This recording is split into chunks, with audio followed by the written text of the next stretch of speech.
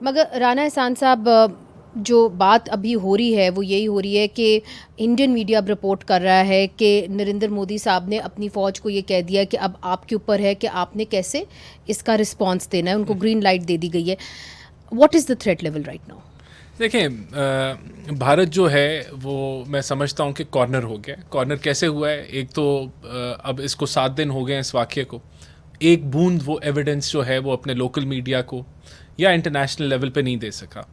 और जो भारत की जो सोच थी वो ये थी कि डिप्लोमेटिकली कोई उसको दुनिया सपोर्ट करेगी, लेकिन चाहे अमेरिका हो, चाइना हो, दीगर ममालिक हों, उन्होंने कहा है कि कोई एविडेंस है तो ले आएं। और फिर पाकिस्तान का ये रिस्पांस कि we are open for third party, आप किस कोई जो है और हमारी कोई इन्वॉल्वमेंट नहीं है, और ये चैलेंज देना कि आप एविडेंस लेके आएँ। और फिर उसके ऊपर आज जो DGISP, are you thinking of any particular country when you say a third party?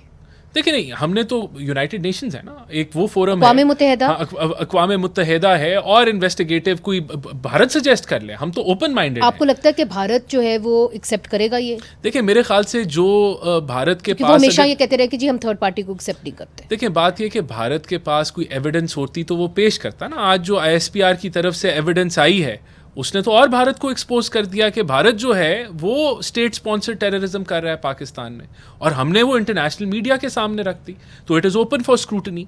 तो अब जो मोदी सरकार है उसके पास एक तो सुबकी उसकी हो गई इंटरनेशनली, डिप्लोमेटिकली, जो वो उसको सपोर्ट चाहिए थी या भारत की आवाज़ में कोई आवाज़ बनता, वो नहीं बना।